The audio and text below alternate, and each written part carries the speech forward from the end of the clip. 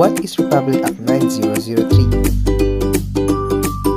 The Congress of the Philippines, Metro Manila proposed Republic Act No. 9003 as an act of providing for an ecological solid waste management program, creating the necessary institutional mechanisms and incentives, declaring certain acts prohibited and providing penalties, appropriating funds therefore, and for other purposes.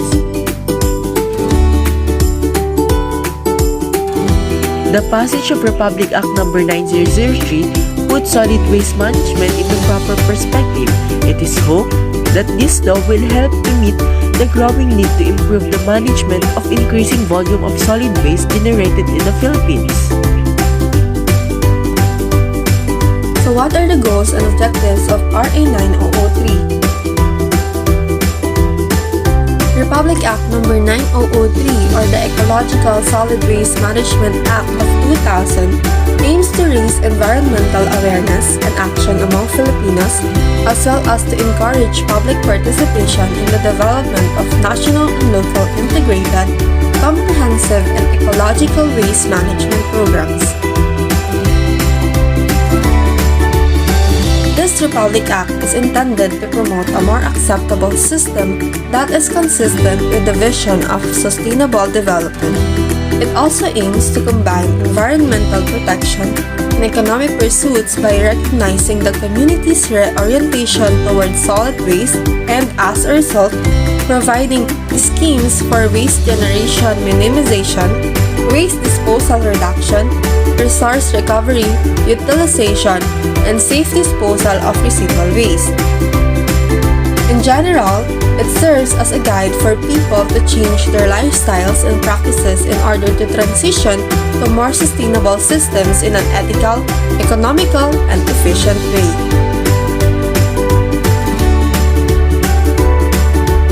How can we support the Republic Act 9003 and what are the practices that we must do in order to support this policy?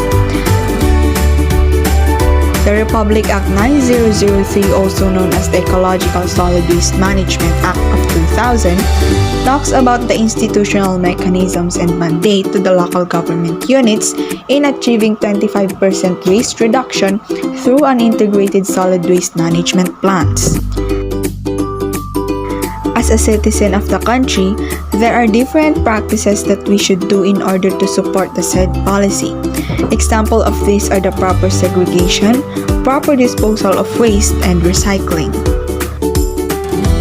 Waste segregation is an old practice which is very effective in reducing amount of waste, from dividing waste from dry and wet or what we call nabubulok at hindi nabubulok.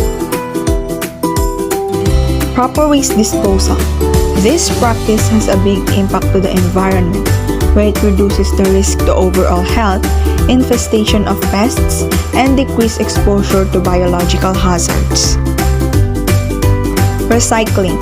It helps in protecting the environment because it helps in the reduction of air pollution and also saves energy and reduces greenhouse gas emissions, which helps to tackle climate change.